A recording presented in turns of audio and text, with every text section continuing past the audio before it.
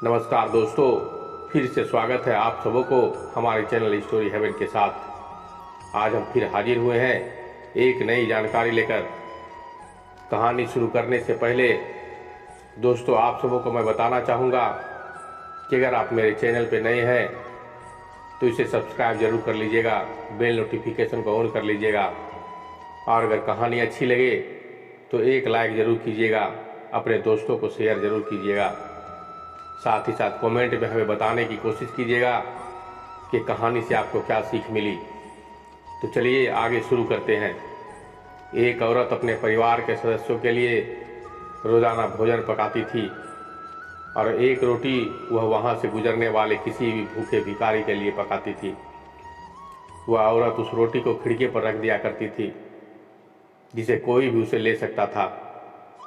एक दिव्यांग व्यक्ति रोज उसे आकर खिड़की के पास पहले तो इधर उधर घूर के देखता, फिर धीरे से उस रोटी को लेकर आगे बढ़ जाता था और उसको बजाय धन्यवाद देने के अपने रास्ते पर चलता हुआ कुछ बड़बड़ाता हुआ आगे बढ़ जाता था कि जो तुम बुरा करोगे वह तुम्हारे साथ रहेगा और जो तुम अच्छा करोगे वो तुम तक लौट के आएगा।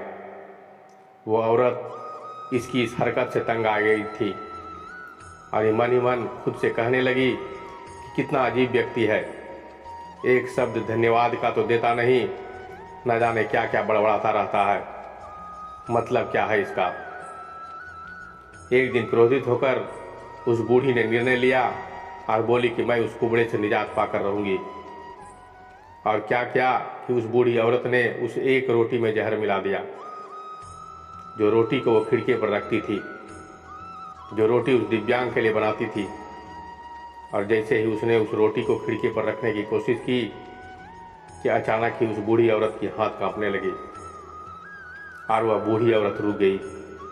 वह बोली कि हे भगवान, मैं ये क्या करने जा रही थी, और उसने तुरंत उस रोटी को चूल्हे की आंच में जला दिया और एक ताज़ा रोटी फिर बनाई और खिड़की पर फिर से रख दी। हर रोज़ की तरह वह कुबड़ा दिव्यांग आया और रोटी लेकर जाने लगा और वह रोज़ की तरह फिर कहने लगा कि जो तुम बुरा करोगे वो तुम्हारे साथ रहेगा और जो तुम अच्छा करोगे वो तुम तक लौट कर आएगा। बड़बड़ाता हुआ दिव्यांग वो आगे चला गया। इस बात से वो बिल्कुल बेखबर कि उस महिला के दिमाग में क्या चल रहा है। हर रोज़ जब महिला खिड़की पर रोटी रखती थी तो वह भगवान से अपने पुत्र की सलामती और अच्छी सेहत, साथ ही साथ घर वापसी के लिए प्रार्थना भी करती थी, जो कि अपने सुंदर भविष्य के लिए उसका बेटा कहीं बाहर गया था। कई महीनों से उसका कोई अता पता नहीं था, कोई खोज खबर नहीं था। शाम को बूढ़ी औरत अपने घर के अंदर झाड़ू लगा रही थी कि उसके दरवाजे पर किसी की दस्तक होती है। वह बूढ़ी औरत दरवाज़ा खोलती है और वह आश्चर्यचकित रह जाती है अपने बेटे को अपने सामने खड़ा देखकर। वह पतला और दुबला हो गया था, उसके कपड़े फटे हुए थे और वो भूखा भी था। भूख के कारण वह कमज़ोर भी हो गया था। जैसे ही उसने माँ को देखा तो उसने माँ से कहा कि माँ, ये चमत्कार है कि मैं यहाँ पर जिंदा हूँ और आपके सामने खड़ा हूँ। जब कुछ दूर पर था तो मैं इतना भूखा था कि भूख के मारे चकरा कर गिर गया, मैं मर गया होता। लेकिन तभी एक कुबड़ा दिव्यांग व्यक्ति वहाँ से गुजर रहा था। उसकी नज़र मुझ पर पड़ी तो उसने मुझे फौरन उठाया और अपनी गोद में उठाकर बैठाया। भूख के मारे मेरे प्राण निकल रहे थे। मैंने उसे खाने को कुछ मांगा तो उसने निसंकोच अपनी रोटी मुझे ये कहकर दे दी कि मैं हर रोज़ यही खाकर रहता हूँ, लेकिन आज मुझे ज़्यादा ज़रूरत इसकी तुझे है, ये लो रोटी, खाकर अपनी भूख मिटा लो। जैसे ही उसकी माँ ने यह बात सुनी तो माँ का चेहरा पीला पड़ गया और अपने आंसू को संभालने के लिए उसने दरवाजे का सहारा लिया।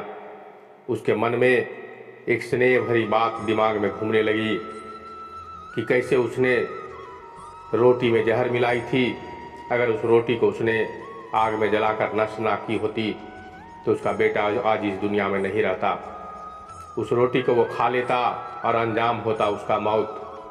और उसके बाद उन शब्दों का मतलब बिल्कुल स्पष्ट हो चुका था कि जो तुम बुरा करोगे वो तुम्हारे साथ रहेगा और जो तुम अच्छा करोगे वो तुम तक लौट कर आएगा।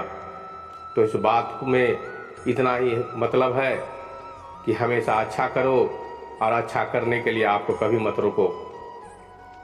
फिर चाहे उसके लिए उस समय अपने आप की सराहना या प्रशंसा हो या ना हो। तो यह छोटी सी कहानी आपको कैसी लगी और इस कहानी के बारे में आपकी क्या राय है, साथ ही साथ आप क्या सोचते हैं, हमें कमेंट बॉक्स में अपनी राय ज़रूर शेयर कीजिएगा।